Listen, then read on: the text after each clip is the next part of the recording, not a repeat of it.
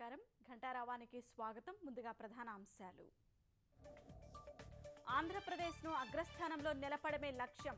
Party నేతల కార్యగోష్ఠిలో CM పునరుద్ఘాటన.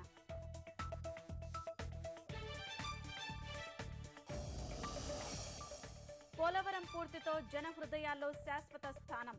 అన్ని ఆలోచించే ఆర్థిక ప్యాకేజీకి అంగీకరించానన్న సీఎం.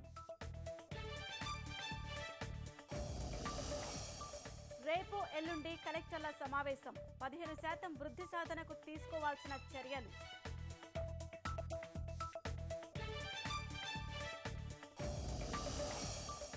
జనవరి 1 వైకుంఠ ఏకాదశి పర్వదినాలపై తితిదే సమావేశం. సైన్స్ కాంగ్రెస్ కు సహాయ సహకారాలపైన చర్చ. త్రిపుర అసెంబ్లీలో వింత ఘటన. స్పీకర్ అధికార దండం లాక్కెళ్లిన తృణమూల్ ఎమ్మెల్యే.